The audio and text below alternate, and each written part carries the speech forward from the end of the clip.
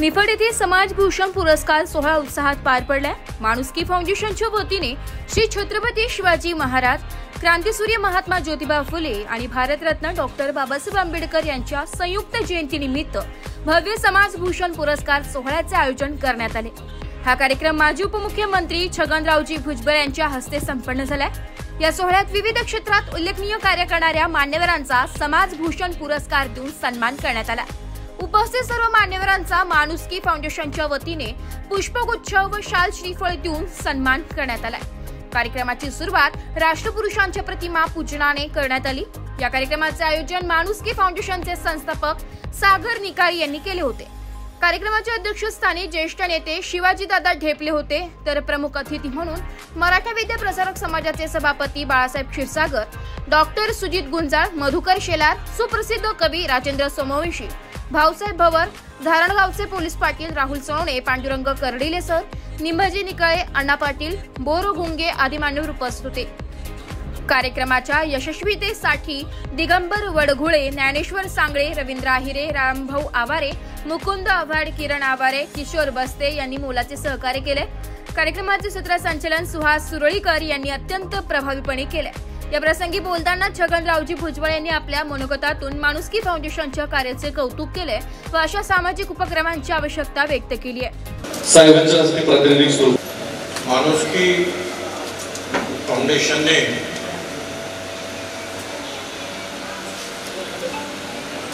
छत्रपती शिवाजी महाराज, महात्मा ज्योतिबा फुले, बाबासाहेब आंबेडकर यांच्या संयुक्त जयंतीनिमित्तानं हा जो समाजभूषण पुरस्कार आणि सन्मान सोहळा आयोजित केलेला आहे,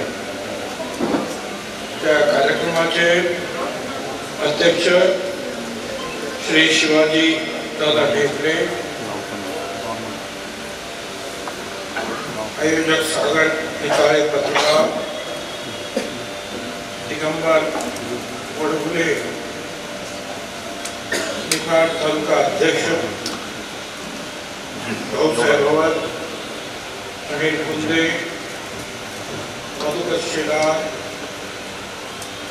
राजेंद्र सोमवंशी, शेखर देसाई आणि इतर ज्यांनी निकाळे त्यांना सहकार्य केलं, सर्व कार्यकर्ते, माझ्या मातवानो, भगिनी माता,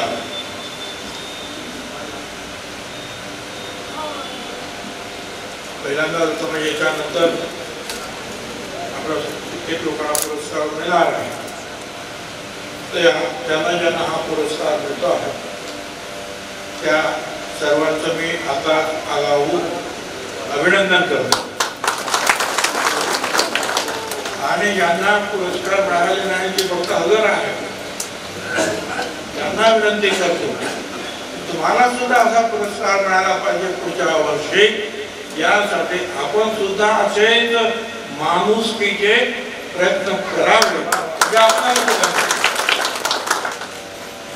ऑक्टोबर 1935 दुसरी भूमी आहे जिथे त्यांनी दीक्षा दिली, नागपूरची दीक्षा आणि तिसरी भूमी त्यांचं महापरिनिर्वाण झालं तिथे गेले की चैतन्य मुंबईला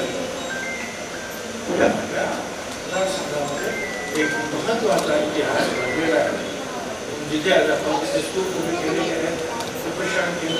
ब्युरो रिपोर्ट, नाशिक लोकशाही न्यूज, नाशिक।